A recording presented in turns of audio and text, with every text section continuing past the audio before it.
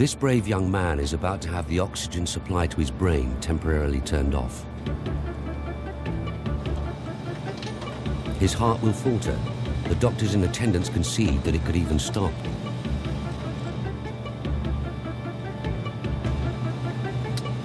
And while all this is going on, he'll actually weigh over half a ton. All right, I need your name and rank. Name, Darren L. Petrie. Rank, Senior Airman. Senior Airman Pete Petrie is a research volunteer at the Aeromedical Center at Brooks Air Force Base in Texas. 3, 2, 1, pressure. In this experiment, his body will be subjected to 9 times the force of gravity in what must be the world's most grueling roller coaster ride, the centrifuge. Scientists here at Brooks are seeking answers to questions that currently concern all the world's air forces. Are today's high-tech, high-performance fighter aircraft causing our pilots to fly beyond their physical and psychological capabilities? Are we asking them to fly too close to what's been called the edge?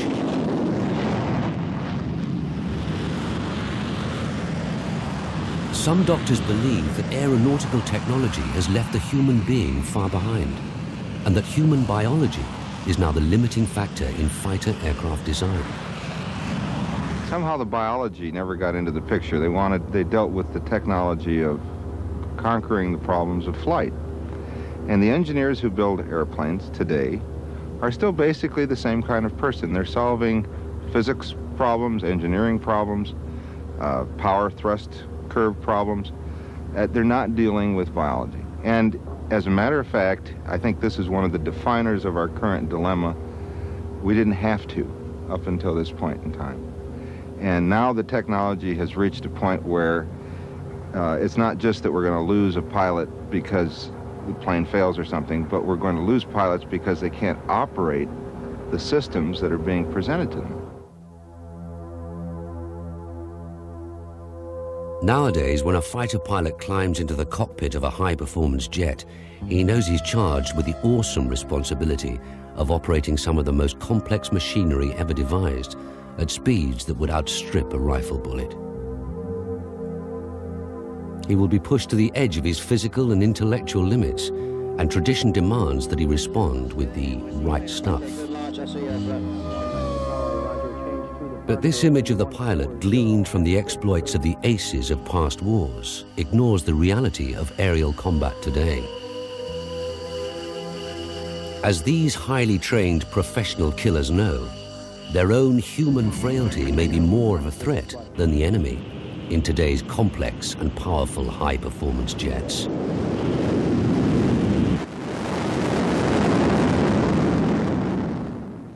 We believe that the pilot's workplace is perhaps the most demanding office in the world. Not only must the pilot attend to all the information that's presented on a myriad of controls and displays, he has to do this while being shot at, pulling G's, worrying about getting killed, or missing something that may be flying in from the ground or from another air threat. Also, he has to be concerned about where his friends are located, because he certainly doesn't want to shoot down one of the friendlies. So we feel that perhaps combining all of these things, that the fighter pilot's role is perhaps the most demanding one of any job in the world. I see him loud and clear. The speeds have increased, but the problem is that it doesn't have anything to do with the actual speed. It's the relative closure and how quick things happen. In World War II, possibly we could still see a formation of fighters 20 miles away, and traveling at 300 or 400 knots, we had a good bit of time to think about that. Now 20 miles away is only 30 seconds before I have to start doing something really important. In the past, when I saw an adversary, I immediately started thinking ahead, not how I can kill him now, but how I can maneuver through space, conserve my energy, and wind up in a position to employ the weapons. I don't have time for that anymore. I simply say, there he is. I look around quickly to see if I'm safe, pull the airplane toward him, employ the ordnance instantly, and get out of there. So, see him, kill him, and leave quickly. That grim but simple motto, see him, kill him, and leave quickly, is in fact what fighter tactics have always been about. Today, all manner of aircraft qualify for the name fighter, yet the varied purchasing philosophies which lie behind each type belies a fundamental uncertainty in just what it is that fighter aircraft are meant to do. Should fighters be high-tech or low-tech warplanes? Should the West buy a few highly capable but extremely expensive multi-role aircraft? Or lots of cheaper single-purpose planes?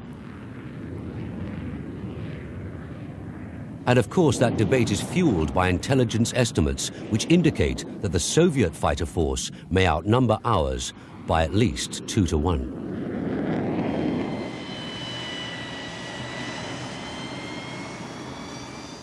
Currently, NATO's stable of fighters straddle the high-tech, low-tech divide. This is the General Dynamics F-16. Short-range, lightweight, supremely agile, and at $16 million each, it's the NATO Air Force's relatively cheap frontline dogfighter.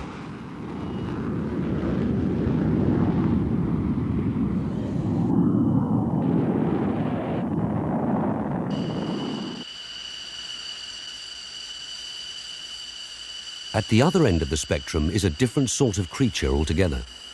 The F-14 is the staggeringly capable two-seat interceptor fighter for the US Navy. Dubbed the first of the superfighters, the mammoth F-14 literally bristles with sophisticated and expensive radar and electronic warfare equipment.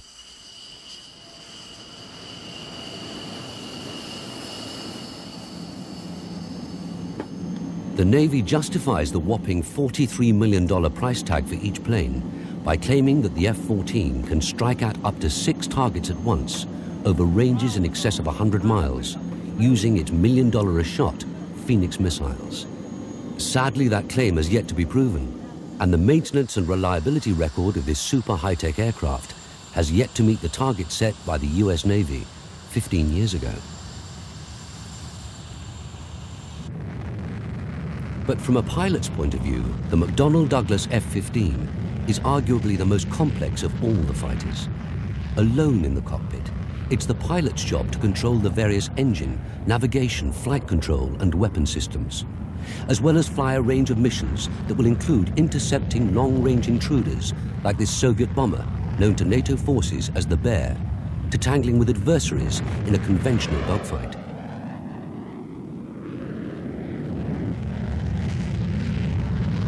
For many observers, the $39 million F-15 epitomizes technology's ability to combat by its quality the quantity of the Soviet threat. For others, it's a classic example of the West's religious belief in technology, a technology which today seems in danger of overwhelming the fighter pilot. A technology which in the F-15 cockpit, for example, requires 300 switches, 75 different displays, 11 switches on the control stick, and 9 switches on the throttle. Complexity on this mind-numbing scale would have been inconceivable to the pilots of the F-15's distant cousin, the tiny Fokker triplane, although both were designed to fulfill the same mission. 50 years of aeronautical development separate these two interceptor fighters. 50 years in which the quest for power, range, height, and speed has produced quite shattering performance. Aeronautical designers refer to what's known as an aircraft's flight envelope when talking about its performance. It's a pictorial representation of the limits of an aircraft's capabilities.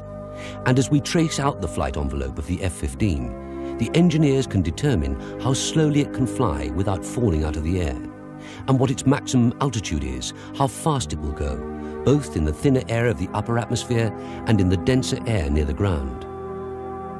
It's taken half a century of aircraft development to create a flight envelope this large, and by comparison, the triplane's envelope seems absurdly limited.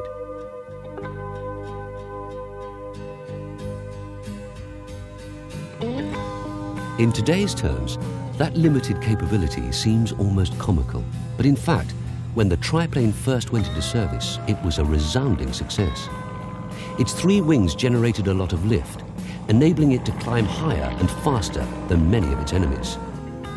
In combination with a large single-piece rudder, a short fuselage, and plenty of power, that lift also meant that the tiny triplane was a very maneuverable and effective fighter aircraft.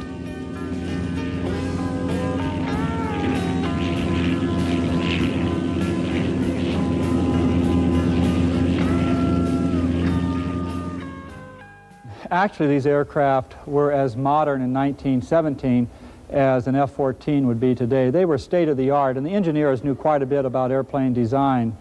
Some of the problems they ran into was that they lacked a lot of things that we now consider essential. For example, they had no brakes, they had no oxygen system, they had no radios, they had no pressurization, and of course they had no parachutes. Well, just made you think about you're up there off the ground, and you sure couldn't step out and save yourself if anything happened. You just had to be brave and sit up there and ride it out. Wasn't a damn thing you could do about it. You didn't like it, you didn't have to like it. Bob Todd was barely 20 when he shot down his first Fokker triplane in May 1917. Within 3 hectic weeks after claiming 4 more kills, he became officially one of America's first aces. He was later shot down himself and spent the rest of the war in a German prison. In a sense, he was lucky, because the horrifyingly short life expectancy of a World War I pilot was a chillingly brief 17 hours in the air. The new and deadly art form of dogfighting was brutally simple. Find the enemy, maneuver into position behind him, then pump bullets into his aircraft until you hit something vital, a main spar, the engine, or him. But even in those days, the tacticians and designers were missing a key strategic point. Well, when airplanes first started fighting each other seriously, the designers thought that the key element of the fight was maneuverability. And so for most of World War I, they designed aircraft with multiple wings so that the aircraft would get a lot of lift and would be able to turn very rapidly. It also had the advantage of that the aircraft would be more secure and that you could wire the wings together. Had they looked at their own data, however, they would have found out that most of the kills, in fact 80% of all kills in World War I, were actually when one plane made a single pass at another and hit the pilot before he ever knew what was happening, and then would just fly away. But they did not know this, and so they kind of went down a false road, if you will, and they designed 2-wing airplanes, and they even designed 3-wing airplanes in 1917. This concept had a life that went on through the 20s, but by the 30s, we knew that the single-wing airplane, being faster, was a much better killing machine.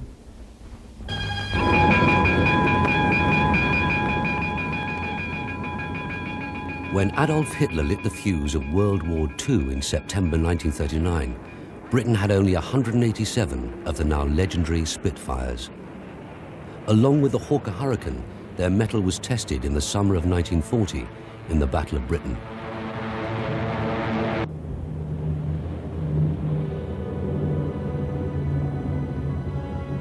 High above the Garden of England, the Spitfire and the Hurricane were proving that they were both quick and agile. Like the Fokker triplane and the F-15, they were classic fighter interceptors. But as the experiences of the previous World War might have indicated, of the two qualities in a fighter, speed proved more important than agility, and the race for power began to dominate the design of these killing machines.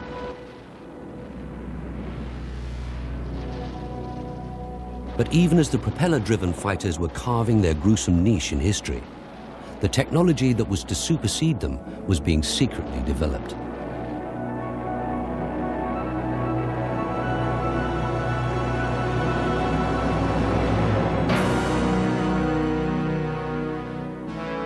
The Messerschmitt 262 was Germany's first fully operational jet fighter. Along with its contemporary, the British Meteor, the first jet flights in 1942 and 1943 were secretly ringing the death knell for propeller-driven aircraft. Yet by the time this brilliant technology entered either the Royal Air Force or the Luftwaffe, the war was as good as over for the Germans. The Me-262 did enter the fray briefly, however, in late 1944, and the effect on the Allied fighter pilots who saw this new aeronautical miracle was religious. Holy Moses, look at that! Very religious. We knew we'd been given a clue they were coming, and but when we first saw them, it was kind of unbelievable. Their speed and their agility. The only way we battled them was to try to get in their way. Fortunately, Hitler was an idiot. He didn't use them properly at all. The 262 ended its combat days as a ground attack bomber, rather than as the high-speed interceptor that it clearly was. But by its invention, the jet had brought other revolutions. The high-tech 262 was frankly a major headache as far as endurance, maintenance, and reliability were concerned.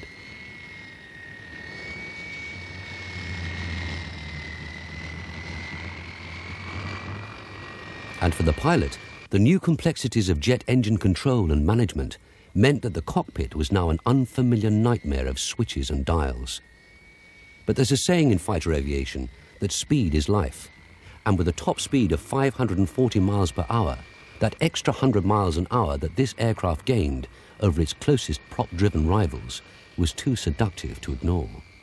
After the war, we had air forces such as the Soviet Air Force and the Royal Air Force and the United States Air Force, the United States Army Air Forces, that had come through the war with thousands of airplanes. But after the war, those air forces were obsolescent. Immediately, the jet had rendered them so. The jet promised a whole new era of air combat, of engagements at high speed, at the ability to undertake slashing attacks and what we term blow-through attacks that were simply unavailable to the era of propeller-driven airplanes, the ability to make repetitive attacks, and all these very much took time to get used to. Basically, during the post-war periods following any war, we have always seen cries that the era of dogfighting is over, the era of dogfighting is past. And people said the same thing when the jet came along. Well, now we're flying too fast, we obviously won't have dogfighting in the traditional sense. Just like they had said about the monoplane in the 1930s. Back in 1947, when I started flying F-80s, we were initially given the idea that this airplane was too fast, and that now that you were out of P-47s and that you were into jets, you wouldn't have to, you're not going to worry about that anymore because dogfighting is at an end. The speeds are too great and all that sort of thing. Turns are too wide with the great speeds and that. Well, we didn't know all that, so we just kept right on dogfighting with the airplanes, and it was a fine dogfighter. Of course, that training was soon to be put to the test as the war clouds gathered again, this time in Korea.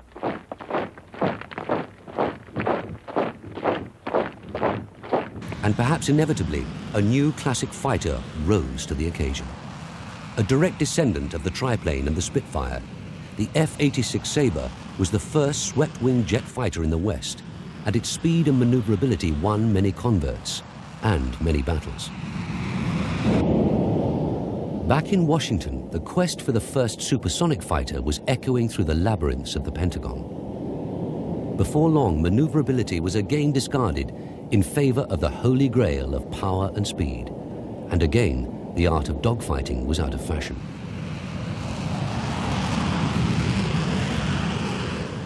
In 1953, the McDonnell Aircraft Company initiated a program which offered a twin-engine, supersonic, high-technology, multi-role aircraft. And when, in 1956, the F-4 Phantom was finally accepted, the strategists and tacticians were so convinced that conventional air-to-air combat was now a thing of the past that they even left a gun out of the design, believing that missiles would satisfy the requirements of any future air war. But not everyone was convinced that a high-tech aircraft such as this was a wise idea. I was told in the Pentagon by my boss, who was a two-star general, in the, when was it, 1963. He said, Olds, go back to your desk and stop coming up with all of these studies proving that we don't have a conventional capability of the United States Air Force. You've got to get it through your head that we're not going to fight conventional wars anymore. He said, you're living in the past with your leather, you think you've got your leather flight jacket on and your white scarf and your goggles and leather helmet, and you're going to go out and do mortal air-to-air combat with the enemy, that's finished. We'll never do that again. So about 4 years later, I was going up the Gulf of Tonkin in this airplane. Got a nice kid in the back seat named Steve Croker. I said, Stevie, baby, look at all this that's going on around us right now. All those tankers and the thuds over there. And you were going to go up and drop iron bombs on a railroad and probably hassle with MiGs, but I want you not to worry about it because I have it on good authority that this is not happening. Of course it was happening. Fast and furious.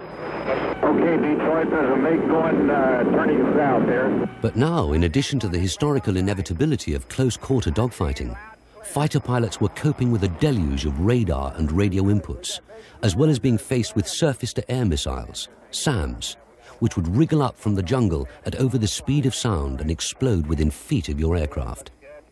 Even for many experienced pilots, it all became just too much. There were a lot of things going on. Our radar warning equipment was giving us warning that the missiles were being launched against us. We didn't know whether that was true or false. I had intelligence coming from an agency in real time. They were telling me that MiGs were coming up behind us and were going to attack. We had ground control from a carrier out in the Tonkin Gulf telling us where the MiGs were approximately relative to us. We were listening to the people that we were escorting. There were other people that were suppressing the anti-aircraft artillery and the SAMs, all on the same frequency or on various frequencies that we were listening to. I could hear the growl from my air-to-air missiles. The heat seekers have a distinctive sound that you hear in the headset when you have them selected. And, of course, all the noise from the radar warning equipment. As it happened, the MiG came up behind me, and my wingman saw him and tried to warn me of the MiG. And I never heard the warning. I saw a missile go by, presumably his first shot with which he missed, and tried to turn out of the way. Luckily, I did turn out of the way. The second shot only damaged my airplane slightly, and I was able to bring the airplane back. But I never heard my wingman calling me, trying to tell me there was a MiG behind me. When I got back, I listened to the tape of the mission, and clear as day, he had told me that the MiG was there and what I should do to avoid the attack. I didn't hear it. I was totally saturated. Going in across the Red River in this very old airplane, we had a procedure where we started turning off things like this. Well, it's not here anymore, but there was a detection gear for the SAMs. It made noises. It bothered you. It didn't tell you the right information in the first place, because if you relied on this, the SAM was going to hit you. You avoided SAMs in an entirely different way. You had to see them. This would warn you if one was coming up from behind, and then you do something different. But we turned that off. We turned off guard channel, because there's always somebody screaming on the emergency channel. We turned off the growl on the sidewinders. I'd usually put the kid in the back seat on cold bike so I couldn't hear him. He could hear me. That's what I wanted. And I turned off all the noise I could so that I could then concentrate on the battle at hand. General Olds was already an ace from World War II, but in Vietnam, the statistics for either the US Air Force or the US Navy were not proving to be very encouraging. Too many pilots were not coming back, and nobody was quite sure why. The US Navy decided to do something about it. Well, way back in World War II and Korea, the Navy was achieving a kill ratio of about 10-to-1. Every time we got rid of 10 bad guys, they got one of us, which is a good kill ratio. Early on in Vietnam, in the early 60s, if you took a look at the kill ratio there for the Navy, it was a 2.5-to-1, which is unacceptable. An individual by the name of Captain Frank Ault put out a report called the Ault Report that identified numerous deficiencies at that point in time. Out of that came some initiatives. One of them was the development of a school that had instructors that were highly versed in threat tactics and flew aircraft that simulated the threat that our fighters were encountering in Vietnam. That school became known as Top Gun. Pressing on in, good dot in the diamond. VID, looks like a MiG-21. All of a sudden we find ourselves beak to beak with this guy. Well, as these students returned to the fleet or returned to their squadrons and went back into the Vietnam era, that year, 1972, the Navy's air-to-air kill ratio went up to almost 13-to-1. Against a bogey like this, who do you think is going to have the toughest time keeping... One of the first graduates of Top Gun was the U.S. Navy's first ace, Randy Cunningham. On 10 May 1972, after I'd already shot down 2 airplanes, on the way out to sea, I met a MiG-17, which I didn't know was a MiG-17 at first. I saw a dot coming at me head on. As I approached the MiG, his wing roots lit up with his 23 and 37 millimeter cannon, and the tracers started coming by, and I went, man, he's got a gun in his nose. It surprised me, so I went pure vertical. Now, in most fights, the pilots had been easy, so this was just about the time you think, well, a white scarf, it's time to put out the Benson and Hedges, I'll pull the airplane back, over in the vertical, and I'll watch him heading for Hanoi, come back around and shoot him. That was just about the temperament that was going on inside my mind and inside my guts, okay? But as I came back over the top, straining over the back of the ejection seat to see him running, instead what he did is went into the pure vertical with me, and we were going canopy to canopy, maybe 50 to 75 feet apart. I could look in and see a little set of Gomer goggles, a little Gomer scarf, and a little Gomer mic that he was using. Well, as I went up into the vertical, I had more thrust, okay? It still didn't dawn on me that I knew he surprised me, but I didn't know who this was yet, and I didn't know what his capabilities were. Unfortunately for Commander Cunningham, he'd crossed swords with the legendary North Vietnamese double ace, Colonel Toon, who had 13 American kills to his credit. Getting a little action right below me. The aerial combat that followed has since come to be regarded as one of the longest and most complex dogfights in aviation history. Each pilot flew his plane to the very edge of its flight envelope. The tiny, quick-turning MiG against the heavy but more powerful Phantom. Attack and counterattack, engagement and disengagement, like a huge and deadly 3D chess game. But just when it began to seem as if the fight would last forever, Colonel Toon made his first and last mistake. For the briefest of moments, the outwitted Vietnamese ace was vulnerable. Every emotion you've ever felt in your life, love, hate, fear, pain, anger, magnify it 1,000 times. And that's the feeling that you go through. It's emotionally and physically draining. You know that one of you, when you engage, is not going to come back. You have to know the absolute limit of your physical being and of your machine. And the idea is that you ride on the perfect edge, the balance of disaster and the balance of winning. Over the last 18 years, the philosophy behind Top Gun has been to teach pilots how to fight a wide range of potential adversaries in brutally realistic combat situations. And it's a sinister fact that each of the aircraft on this busy Top Gun flight line simulates the flight characteristics of different Soviet fighters. But while the Top Gun motto is fight like you train and train like you fight, one of the ironies of its success is that the instructors flying these relatively low technology fighters day in and day out are thrashing the students in their high-tech F-14s with embarrassing regularity. For many observers in the US, the lesson is a simple one. Invest in lots of pilots, lots of fuel, and lots of training in lots of low-tech aircraft.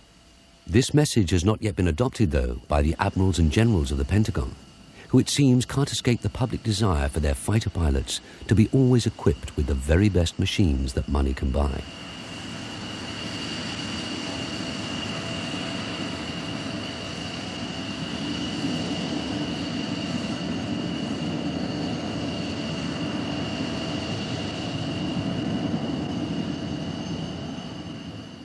Here's what happens.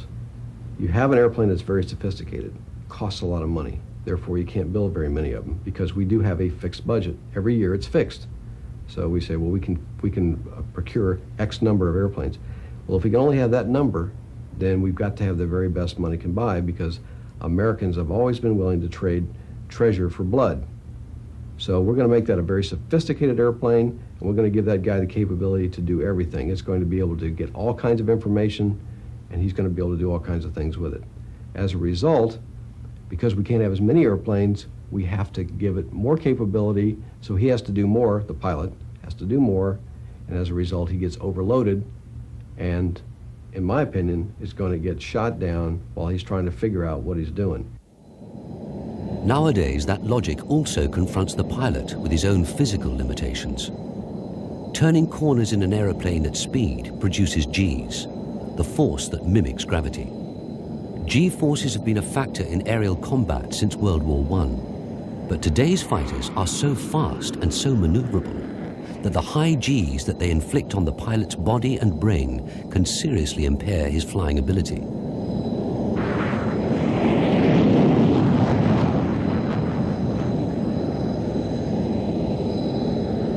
Commander Charles Heater-Heatley describes the sensation of G's. And what you feel is the oxygen mask pressing on your nose. You feel the skin coming down on your face. Sweat from your brow just seems to come down in currents in front of your eyes. As soon as it pops out of your forehead, it goes straight down in front of your eyes. And you can feel your lungs being pressed on your diaphragm, and you just sort of scrunch into the seat. And in fact, I notice after a first couple turns in an ACM engagement, I can raise my seat a little bit and get a little more height in the cockpit, because what was normal is now a couple inches less than normal. But there is far more to G than discomfort or being able to change your seating position. With the power available to today's fighter pilot, he can turn and turn until he runs out of gas, and sustaining high G's for more than a second or two brings other, less welcome physiological effects. You start to see dots out here, and it starts to close in, and color goes away. So when things start turning into black and white, you start letting loose of the stick. And if you keep pulling, you get what's called tunnel vision. You can only see an area about this big. And if you continue to pull, everything goes black. And when it goes black, you can still hear the radio, you still know you're flying, you still know you're in an airplane, and it is now time to unload and get the blood back in your head. If you don't get back off the stick, pretty soon, not only will you lose your vision, you'll lose consciousness, and then you have G-induced loss of consciousness. If it were possible to see inside a pilot's brain when he is subjected to high G's, we would see that the principal problem was one of oxygen starvation. Like other cells in his body, brain cells need oxygen. Oxygen-rich blood is pumped by the heart into the exquisitely fine circuitry of the cerebrovascular system. But when exposed to high G's, that blood begins to weigh more. At about 4 or 5 times the force of gravity, the heart's pumping action ceases to be effective, and the blood pressure in the head falls to 0. This denies the brain cells the oxygen that's vital to their continued activity, and within 3 seconds they stop functioning, and the pilot lapses into unconsciousness. The big problem is that most people, especially in single-seat fighters, don't know they've had the event. They just feel a little bit dizzy or whatever. Nowadays, the F-16, which is behind me, and the F-15 and others have videotapes, and it records the whole flight out there. So now, because the information is better, even though you're in a single-seat fighter, we can play the videos back and say, holy cow, I was asleep during this period of time. For the video you're about to see, holy cow would be an understatement. Were it not for the fact that this recording, specifically cleared for Equinox, was acquired during a training mission in a 2-seater aircraft, the following sequence, the aircraft it was recorded in, and the pilot flying the plane, would not be around today. In this first frame of the recording, we see the New Mexico desert from a height of 24,000 feet, shown on the right vertical scale. The speed is displayed on the left vertical and shows 420 knots. The G rating is displayed as a figure at the top of the left-hand scale. For the moment, while the plane is in a gentle left-hand turn, it reads 1.2 G.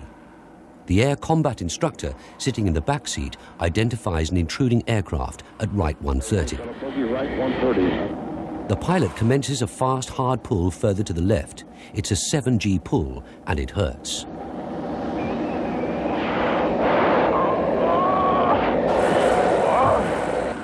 That last groan has since been analyzed as the moment when the student pilot lost consciousness. But the instructor in the back seat doesn't know that yet. All he sees is the desert floor rushing towards him. He decides to call the pilot's attention to the fact. The G reading is now back to normal, around 1 G, and the pilot is recovering, but not quickly enough, and at 16,000 feet, the cool instructor offers some more advice.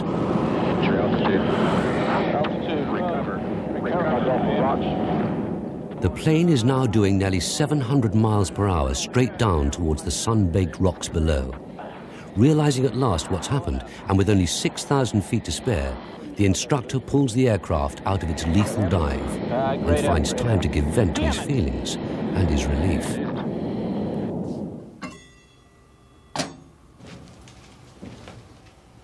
It's now estimated that over 20 pilots have died in the last 5 years as a result of losing consciousness under the excessive G-forces of the new super-agile fighters. Here at Brooks Air Force Base, a comprehensive research program is being conducted in the centrifuge to establish the exact nature of the way the body responds to G and the full extent of the pilot's incapacitation.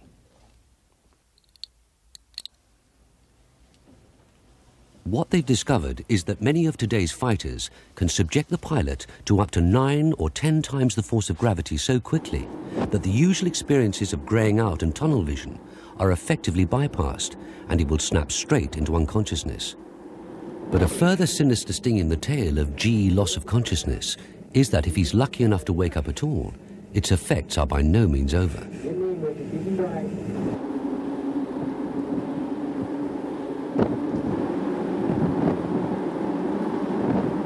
When you have a loss of consciousness, basically the blood pressure in the brain goes to 0, and after a few seconds it basically takes a nap. And you go through this, what we call an absolute incapacitation period of time. During this time, your mind is elsewhere. It's in a dreamlike world. You could be on the planet Mars or whatever. As the blood gets back into the brain and all those centers start working again, you start waking up and you realize that you are again a human being, that you're in an airplane. In fact, you're piloting, and all of a sudden you look out in front and there are some trees in front of you and pull on a stick and you save your life. Now, in peacetime, for a military pilot, that's about all he really needs, because the only real threat out there is hitting the ground. The problem is, for military aviation, is the wartime consequences of a GLC. Not only do you go through the 12 seconds of absolute incapacitation and then this 12 seconds of waking up into this dreamlike state, the problem is your higher learning centers, your cognitive skills, the skills that we as fighter pilots learn, that's flying, dogfighting and dropping bombs, they don't start working for at least 2 minutes, and sometimes as long as 4 minutes. In the air-to-air business, which I'm most familiar with, is it can be very serious, because you can imagine you're flying along in a 2-ship package out there, and your wingman looks over his shoulder and sees an attacking aircraft, so immediately calls the section or the 2-ship to brake, let's say in this case a right turn. So immediately you go into a hard right turn, maybe 5, 6, 7, 8, 9 Gs, whatever's required, and if your attention is over your shoulder looking back trying to find the guy that's trying to kill you out there, in about 5 or 6 seconds, if you're not doing anything to elevate your pressure upstairs, you're going to be taking a nap. And what happens there then, instead of pulling 5, 6, 7, 8, 9 Gs where required, the aircraft eases off, and now you become a 1G strafe target, and the guy can just go right in there and literally gun your brains out, and you're going to die. Traditionally, the inappropriately named G-suit, which is actually an inflatable corset with legs, has offered some measure of support to the pilot by squeezing his legs and stomach to prevent his blood from pooling in his feet. But even at their best, these suits offer only an extra 1 G or so of enhanced tolerance, and in the viciously maneuverable F-16, that just isn't enough. In the face of this awesome power, and for the first time ever in fighter aviation, pilots assigned to F-16 squadrons are now required to be G-rated in the centrifuge and are taught what is known as the energy straining maneuver. Subject is ready to brake. Brake is activated. Pressure. Pilots and doctors alike coyly describe this exercise as exactly like straining on the toilet when you're constipated. It's faintly embarrassing, acutely uncomfortable, and when performed on the ground at 1 G, very dangerous. But in high G maneuvers, it can win an extra 3 Gs of tolerance for the pilot.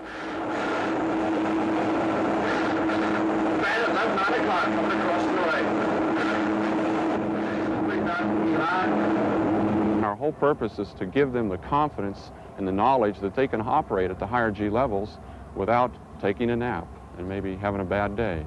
Part of the problem associated with having a bad day is that although there are numerous displays and dials which tell the pilot about the status of the aircraft, until recently there has been nothing to tell the aircraft about the status of the pilot. Snap the Velcro. This study, being conducted by doctors at Edwards Air Force Base in California, monitors the pilot's brainwaves while he's flying, so that eventually the plane will be able to judge whether the guy at the controls is awake, asleep, or somewhere in between. The key to the study is an analysis of the different types of brainwaves produced by different activities. Captain Escherman, would you please gently grit your teeth for me? That's fine. Now relax your jaw. All right, now could you please close your eyes for us? It's these longer, more regular alpha rhythms associated with a state of relaxed vigilance which are of particular interest to the doctors running the study.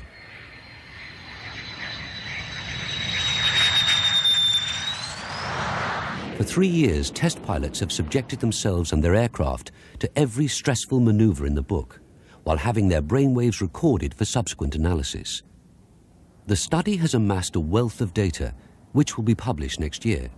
But already there have been some interesting and unexpected themes emerging, not just concerning the brain's experience of G.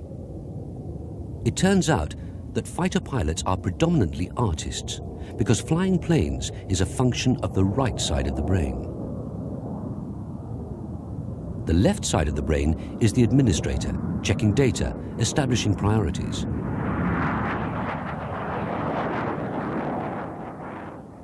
From time to time, the two halves check with each other that all is going well.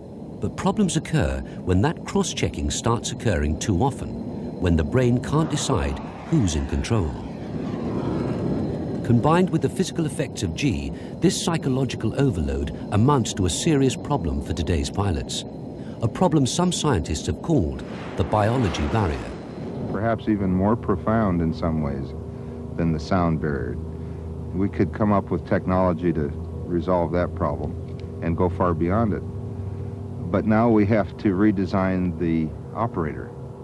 And the decision is, do we maintain a biological operator or a silicon-based operator? Or perhaps even both. Here at Wright-Patterson Air Force Base, engineers are working on developing smart systems that will relieve the pilot of the routine chores of flying. New cockpit layouts will present him with pre-digested information that is designed to assist him in developing what's known as situational awareness. The displays enable him to keep track of how his aircraft is performing, and should a problem occur, the aircraft will literally tell him about it. Caution, fuel. Fix it. If only everything were that simple. Fix the fuel. Okay. Max range? 340 miles. This system is known as the magic cockpit, and in addition to chatting amiably to him in a female voice, because female voices command attention better than male voices, it will show him plan views of his target and simulated 3D perspective views of his run-in. Okay. But there are some cockpit designers who'd like to go even further and abolish conventional displays altogether. Humans are basically three-dimensional beings. We see things in 3 dimensions, we hear things in 3 dimensions, and we touch things in 3 dimensions. And what we want to try to do now is to take those things that the pilot needs to know and convey them to him in a wide field of view, 3-dimensional picture with 3-dimensional sound and 3-dimensional things that he can touch, all of which are synthesized in the computer and projected into 3-dimensional space for the pilot. And inside what must be the zaniest helmet ever devised, this is what the pilot sees. Like some fantastic arcade game of the future, the pilot flies through a world that the computer has devised for him, based upon the known characteristics of the F-15 and its potential adversaries.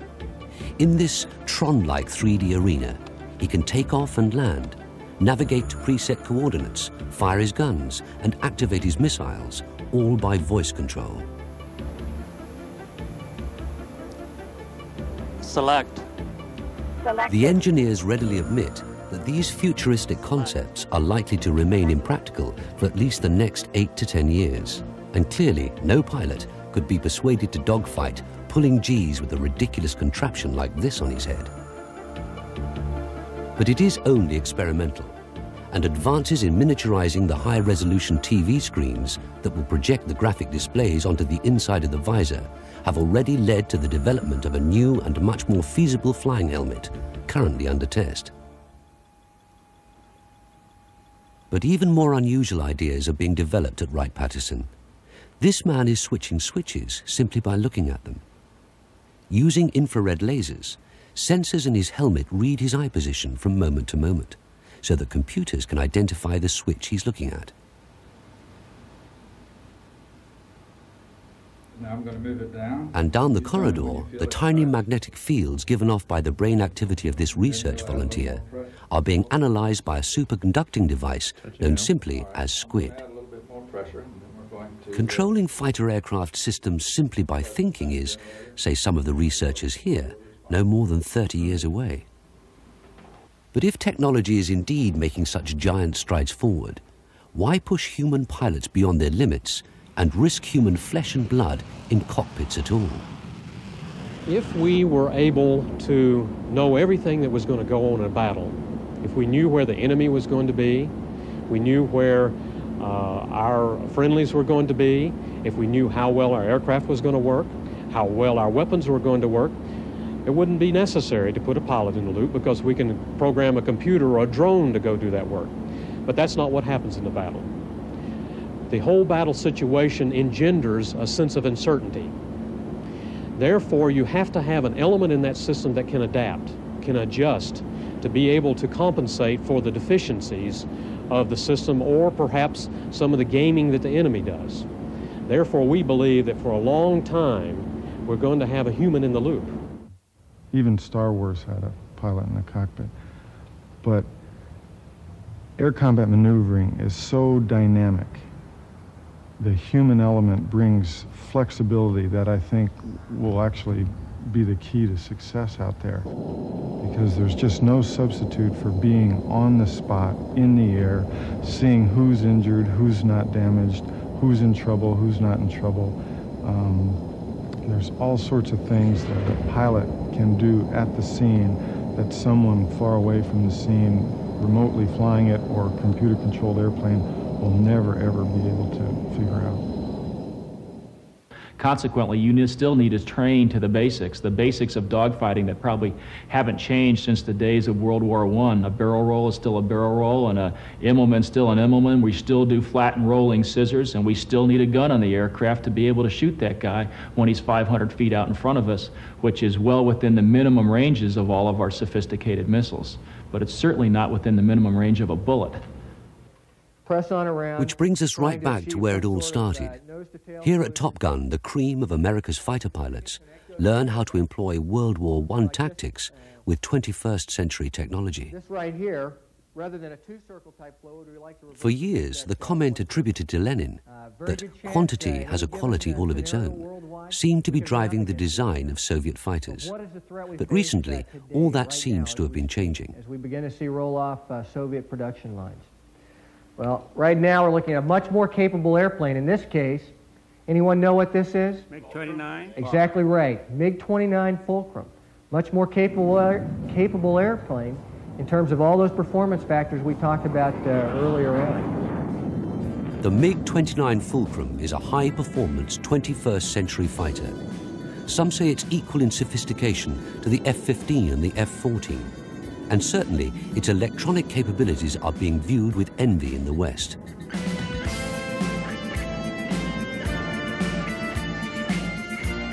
But as the Soviets move from low-tech quantity towards disquietingly better quality, the West agonizes over whether to shift its emphasis from technological quality to more quantity.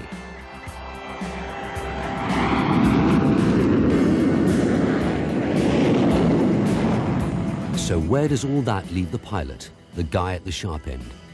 What he seems to need is reliable and appropriate machines, not necessarily the most expensive ones, that will enable him to get on and do the job he's been asked to do. While there are many opinions of how to equip the squadrons of tomorrow, one thing is clear: we can no longer ignore the intrinsic limits of human physiology and psychology. Technology has brought these highly educated, highly trained pilots face to face with what has been referred to in this program as the biology barrier. If pilots are to remain in the cockpit at all in the future, technology will have to find a way to overcome that barrier as well.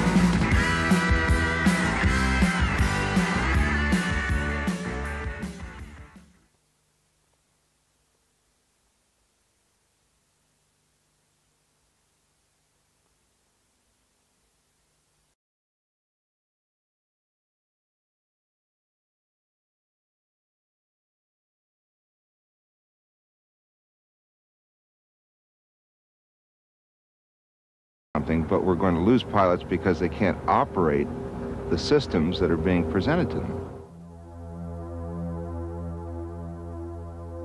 Nowadays, when a fighter pilot climbs into the cockpit of a high-performance jet, he knows he's charged with the awesome responsibility of operating some of the most complex machinery ever devised at speeds that would outstrip a rifle bullet. He will be pushed to the edge of his physical and intellectual limits, and tradition demands that he respond with the right stuff. But this image of the pilot, gleaned from the exploits of the aces of past wars, ignores the reality of aerial combat today. As these highly trained professional killers know, their own human frailty may be more of a threat than the enemy in today's complex and powerful high-performance jets.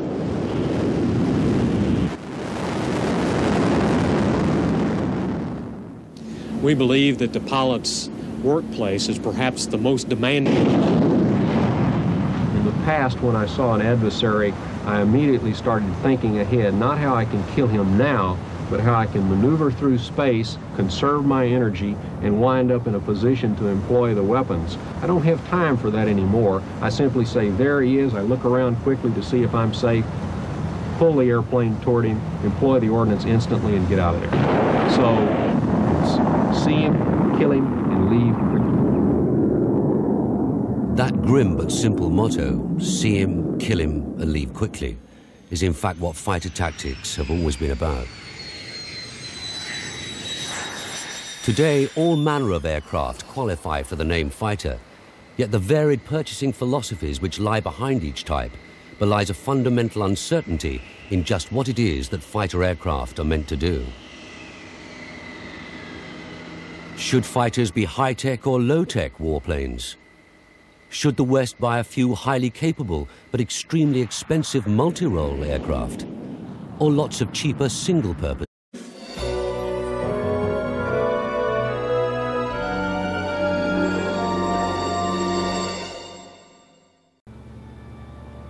This brave young man is about to have the oxygen supply to his brain temporarily turned off.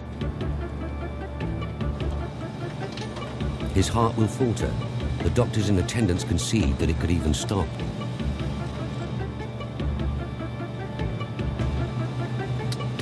And while all this is going on, he'll actually weigh over half a ton. All right, I need your name and rank. Name, Darren L. Petrie.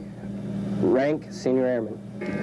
Senior Airman Pete Petrie is a research volunteer at the Aeromedical Center at Brooks Air Force Base in Texas. 3, 2, 1, pressure. In this experiment, his body will be subjected to 9 times the force of gravity in what must be the world's most grueling roller coaster ride, the centrifuge. Scientists here at Brooks are seeking answers to questions that currently concern all the world's air forces. Are today's high-tech, high-performance fighter aircraft causing our pilots to fly beyond their physical and psychological capabilities? Are we asking them to fly too close to what's been called the edge?